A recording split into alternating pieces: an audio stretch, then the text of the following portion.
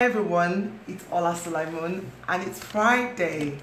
It's actually been a very funny week. So hello, thanks for joining me today. So basically this week, this Friday, I'll be talking about national insurance. You'll be wondering, why should I worry myself about national insurance? Okay, now the reason is because it's a tax. And if you watch this video, you'll be able to understand your thinking very well. You'll be able to understand national insurance better, and you'll be able to spot out errors if there's ever any error on your payslip as well. So today, and also knowledge is power as well, so I wouldn't say that it's going to be very good for you. Usually on this live program, before I go into the main tax talk and everything, I usually like to talk about myself and my week. And this week has been a very funny one, kind of, because it started with Monday with my son going on prom, and Tuesday with me going to the school leavers assembly. And I know everybody's been talking about it, like, oh, when you go you cry. I'm like, okay, what are we crying about? Our son is leaving primary school, we shouldn't be crying. And then we sat down and they were doing different things. They were saying nice things about the school. But I think the part that got to me, oh my God, no voice. Can you hear me? Madara. Sorry, 1 second. Let me check the volume. Apparently, it's not talking loud. Yeah, it is talking loud. I don't know why. Can you hear me now? Hello? Yeah, it's on. I hope I've not done something wrong with this microphone. 1 second. Alright, I'll continue hopefully. Can you hear me now? I hope the voice is better now. Okay, so I'll go on with hope that the voice is better. Anyway, so I went for my son's school leavers, and it got to a point that now then started showing pictures of when they joined the primary school, and then I started seeing my little boy when he was in reception, and at that point that got me. I'm not even gonna lie, and I started looking at my phone because I'd already made up so much, like, I'm not gonna cry, it's not possible for me to cry. So it was somehow, anyway, but I'm happy that they're actually moving to something better. So okay, you can hear me now, that's good. Yes. So for every year 6 that is going to secondary school, I wish you very good luck. You're not big children now, you're not babies again, so that's good. Now the second thing that happened this week was I started learning how to swim recently, because I'm planning to do aquathon, which is running and swimming for charity in November.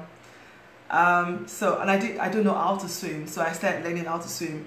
And this week I went for my classes, and it was breaststroke. And at first, when the teacher was showing us what to do, I was like, how am I going to do that?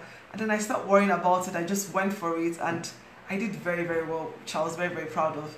Except yesterday, when I tried practicing that by myself, I couldn't do it again. Oh my God, I actually felt very sad. So this weekend, the plan is to practice and stop worrying about it. So as I'm going to start now I'm going to start the tax talk now. If you have any questions, just chip it in. If I miss it, I'll send you a personal message later on to answer your question. So like I said earlier, we're talking about national insurance. I normally tell my clients that national insurance is a nice form of tax. It's actually tax because you don't have a choice, you have to pay it. And because it's deducted from you definitely have to pay, so it is tax. But it's a nice form of tax. It's a tax that you're going to enjoy later on. So when people complain about, oh, I'm paying too much national insurance, I'm like, I know you're feeling the pinch now, but later on you'd enjoy it. So today I'll be talking about that. So every individual in working age in UK always pay national insurance. That means young people that are less than 16 years old do not pay national insurance, but working age, then you pay national insurance. So in UK, the total amount of national insurance that was collected from taxpayers in 2017-18 was about 133.5 billion pounds, which is a lot. National insurance is the second largest tax that HMRC receives, so they actually count on it a lot. And so when people don't pay their national insurance, they're kind of as angry as when you don't pay your income tax. So in 2018-19, it was estimated, or it was projected that they were going to receive 143.4 billion pounds.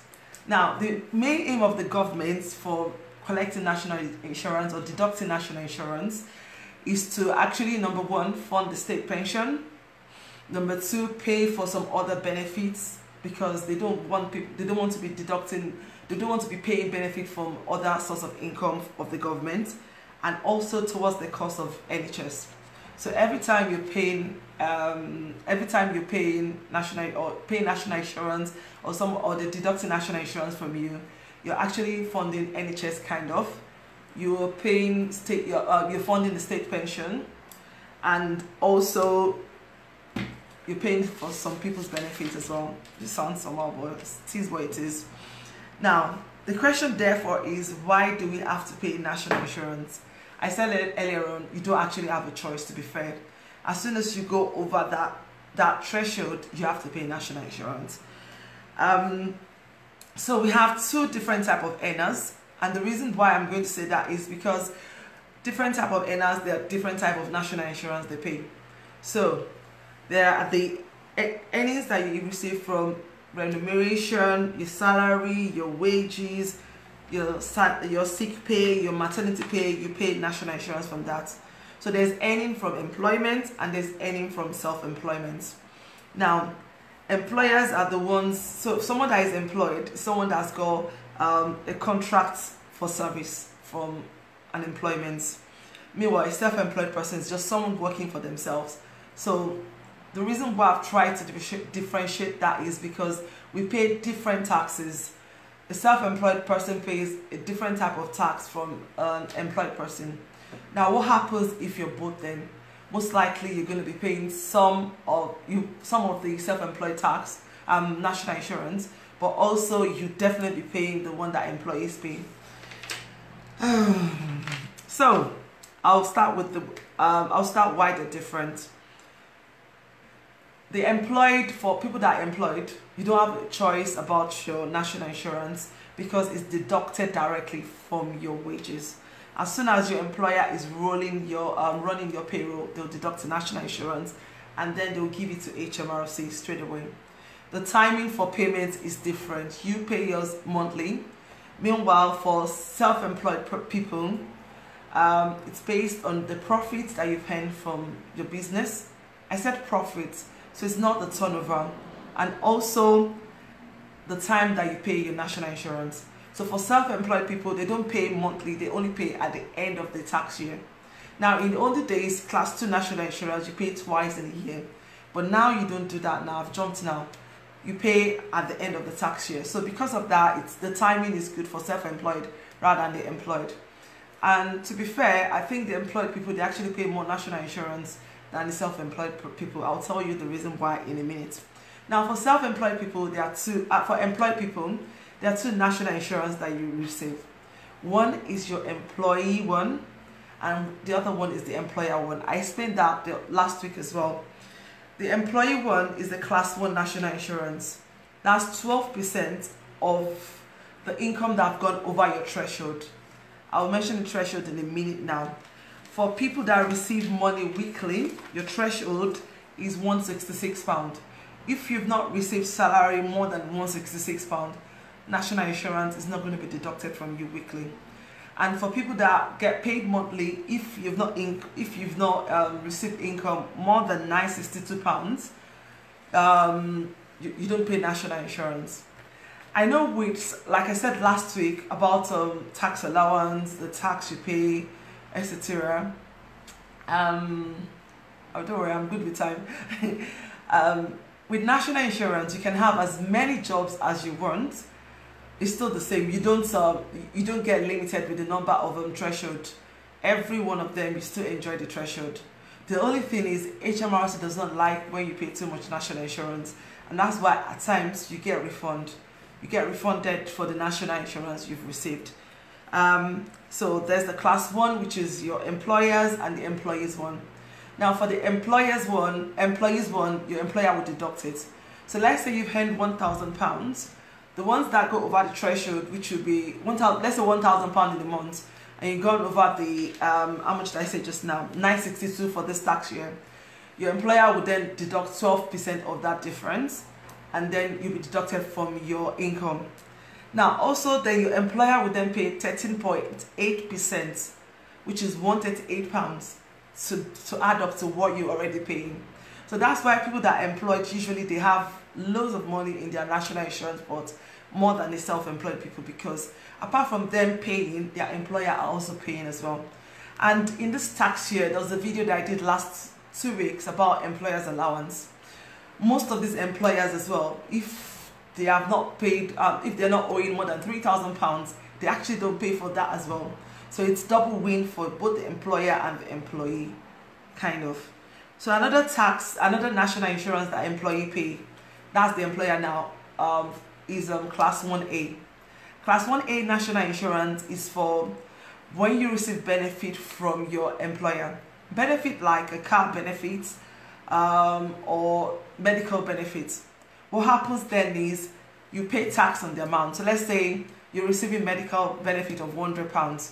That's the cost to your employer. So you would pay 20%, let's say 20% is your band, which is 20% tax on that £100 you're enjoying. And then your employer then would then go and pay 13.8, which is £13.80 to HMRC for giving you that benefit, which is still good.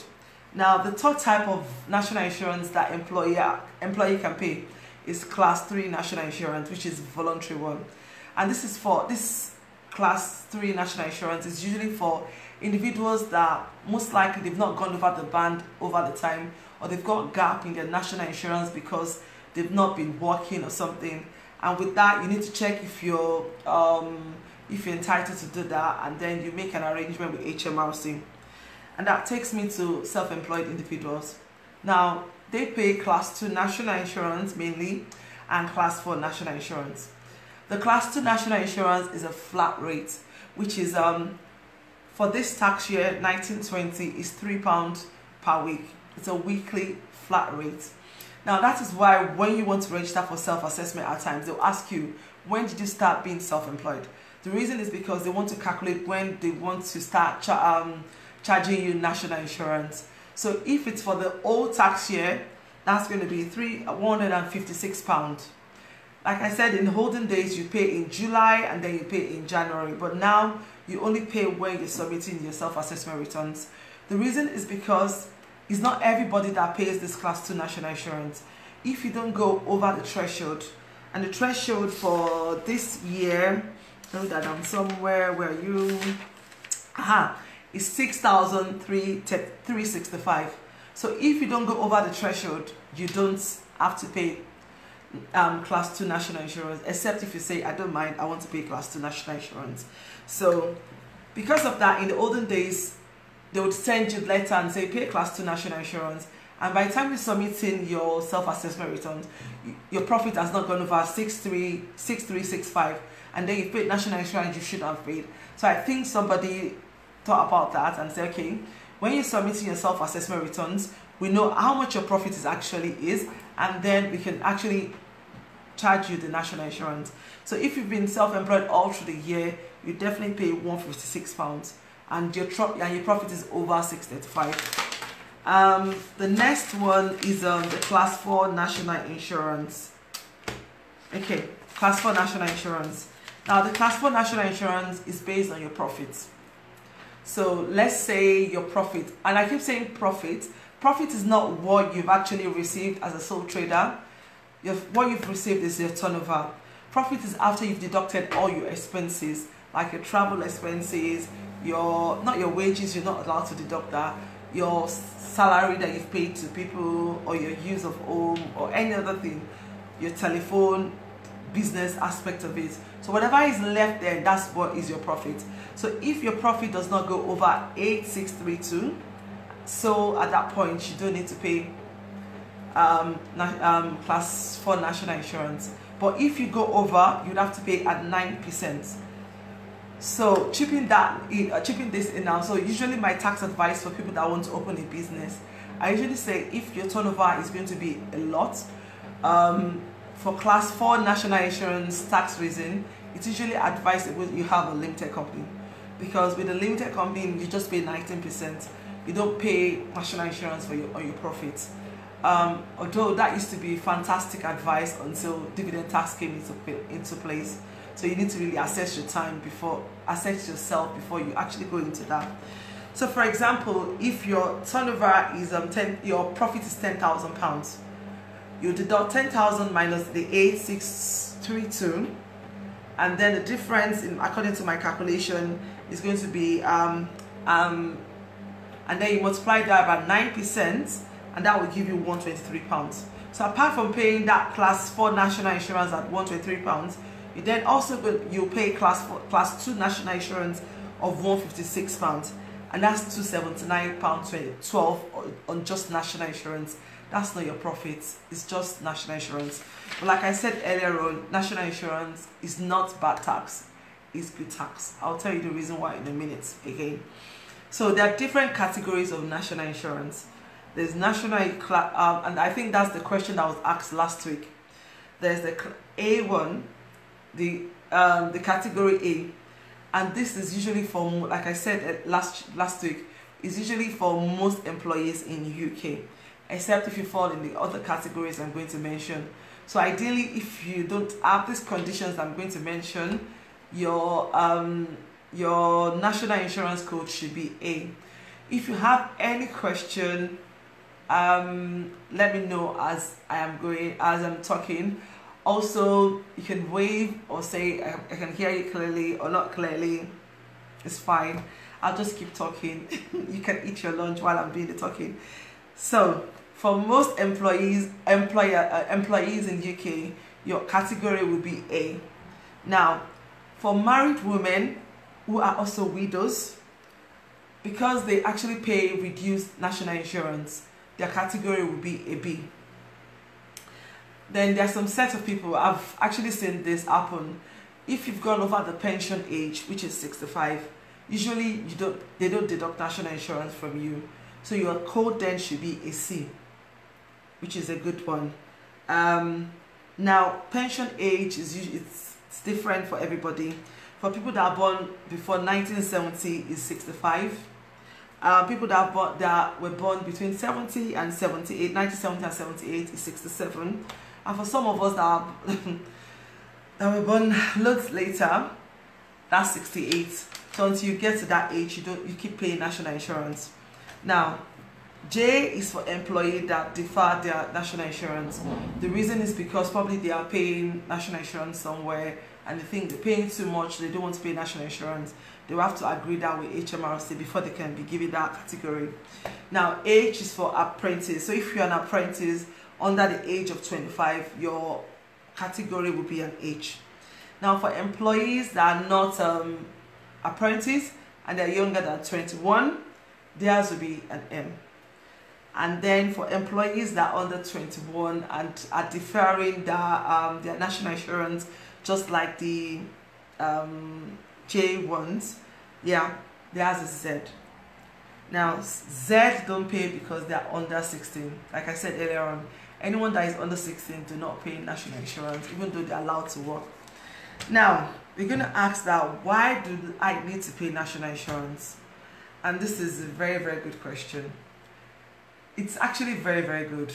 And I know it sounds somehow. Now, unlike your other tax, HMRC will deduct your tax and then use it for something else. But this national insurance, they'll take it from you, even though right now they're using it to fund they're using it to fund the state pensions, they're using it to fund the NHS partly, they're using it to fund benefits. I usually laugh with my elderly friends and they'll be like, oh, have you been working very hard? I'll be like, yeah, somebody needs to pay your pension. So every time they deduct your national insurance, you're paying pension for someone else. Kind of cringy, but it's okay, because apart from that, that money you're paying is being deposited in a pot. Now, in the older days, before the working for your limited company, IR35 drama and all that, people used to have loads of money in their national insurance pot. I actually feel very worried for people of my generation, because most of us now, we just go on and do things, and then we don't have national insurance pot. And what happens in the future when we get to that stage? I know it's not usually a lot of money, but every little help, kind of. So I don't know, we'd have to worry about them at that point. So every contribution you make, apart from the fact that they're using it now for something, you're actually keeping it into a national insurance pot. So at that point, when you get to that state pension age, everybody's going to be getting different amounts. So for some that have been keeping money in theirs for 30 years, they'll get loads of money than some of us that we have not done that. So at that point in time, so when you get to 60 or 61, HMRC starts sending a letter to you at times and say, oh, you're almost at the state pension age, you don't really have that much, would you like to add voluntary so that you can? I think that's actually quite late to start worrying about national insurance, because how much can you put into it at that point? So the reason why I'm saying that this is, when you pay national insurance, don't look at it like you're paying tax. It's something for future. So apart from that, if you fall sick and you need to receive contribution-based job seeker allowance, finger crossed it doesn't happen. If you're not paying national insurance, you can't receive that. Remember, this money that you're paying is to fund some people's benefit. And if you're not part of those people that are funding people's benefit, how dare you want to come and take some of that money? So for you to receive that kind of benefit, you should have actually been paying national insurance. Maternity allowance as well. For people that want to receive maternity allowance, national insurance is very important. Bereavement support, or SSP, when you fall sick. So national insurance is very, very, very good. I know I'm almost running out of my time, but I would say now, HMRC, somebody started calling me Mrs. HMRC, I don't know why. My love for them is win 8 win, so I don't think I'm Mrs. HMRC. But they've actually been investing so much in tech these days. And in the olden days, it's very easy for you to pay too much national insurance and then they refund them back. But they don't actually like giving people money, so they'll actually block ways of refunding. Rather than refunding you money, they'll make sure everything you're paying is right at the moment. So it's possible for you to still receive letter and say you've paid too much national insurance, but it's very, very less likely. However, the cool one they did recently is for you to know how much national insurance you have in your national insurance pot. So that one, I think everybody that is watching this video should actually try that. Just to know how much you're going to be receiving in future, how much you've put in, or maybe you should be worrying about your national insurance or not. This wave is for everybody that have waved at me so far. So thank you for joining. I know it's almost time, so I'll quickly stop. Now, to check how much national insurance you have, you can go to, so you can either go to my best friend Google and type in check national insurance record. However, you can just go to gov.uk/check-national insurance-record. If you have a government user ID, I think everybody should have this by now, I'm telling you, because it's a very, very cool thing. I actually at one point was opening this for all my clients, because if you need to check how much you've earned for the past 4 or 3 or 5 years, it's all on it. So I think that's another lesson from today. If you don't have a personal tax account, you should try and open that. And if you want to learn how to do that, I've got a video on my YouTube channel that talks about how to set up a personal tax account. However, you can just go on Google and follow the step-by-step to do that. So you need a government gateway to do that. So if you don't have a government gateway ID yet, what you need to do is you need your P60 or your payslip or your passport, because you need to identify yourself, because before one is open for you, they'll send you a code and then you get one open. However, we're talking about national insurance here now. You can go onto this and set up and check how much national insurance you have, how much you would receive weekly in future because of your national insurance. So for people that have actually been doing this, it's actually fantastic. Well done. I think for some of us, we need to work harder and put more into our national insurance pot. But it's a good form of tax. That's what I say. And I know people say, oh, why I don't really want to pay it now. It's up to you. If your income is not more than 8,632 and you're employed, you don't really have to pay national insurance. As if you're a director, you're paying yearly. So what some directors do is they make sure that their salary does not go over 8,632, and then so they don't need to pay national insurance, and then they don't pay tax because it's less than 12,500 anyway. But my advice usually is, taxman is giving you 12,500 tax free. Why are you wasting that? Receive a salary of 12,500. Pay the national insurance so that you have a bit of national insurance in your national insurance pot, and then in future at least you have a bit, because in the olden days you used to have loads and all of a sudden you're not having any again, and then your limited company then can then go and deduct 12,500 as your salary expense, which is win-win whichever way. So national insurance is a very good one. Oh, I'm actually on time today, which is good. How much time? 4 more minutes. Okay, national insurance is very good. I hope at the end of today's talk, live show, you've been able to understand national insurance better. I hope I haven't missed anything.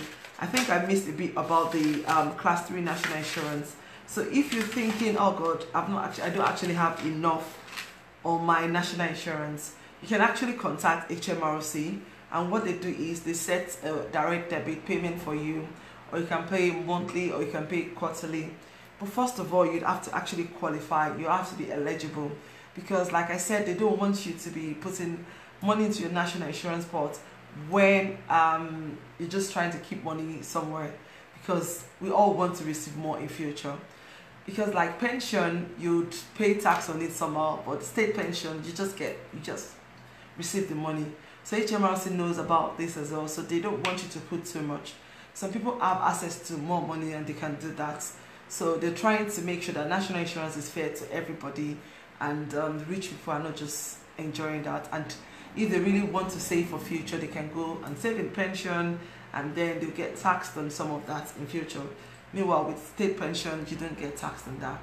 So I hope at the end of today's national insurance, if you haven't fallen under any of the categories that I've mentioned earlier, your national insurance category should be A.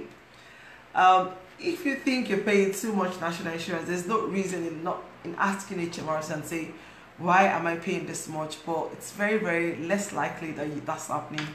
So I hope at the end of today's live show, you actually understand national insurance better. You feel better paying your national insurance, and you can get involved in the discussion. And remember, I said this video is about creating awareness rather than your personal circumstance, because everybody's situation is different. I hope you have a fantastic weekend. I hope the weather is lovely. I don't mind rain. I don't know why people moan at rain. After the sun we've had this week, I don't mind rain. I hope you have a good one. My timekeeper is saying time up. And I hope you join me next week, and invite your friends as well. Because like I said, the reason why I'm doing this is a lot of people want to do the right thing, they don't know about it. And when you do things like this, they're not here to join you as well. So that's me today. My name is Ola Sulaiman. I hope you've learned one thing or the other. Bye. And this is the time I'm not supposed to be talking, because I'm supposed to switch off. So bye everyone. I did that. Finish.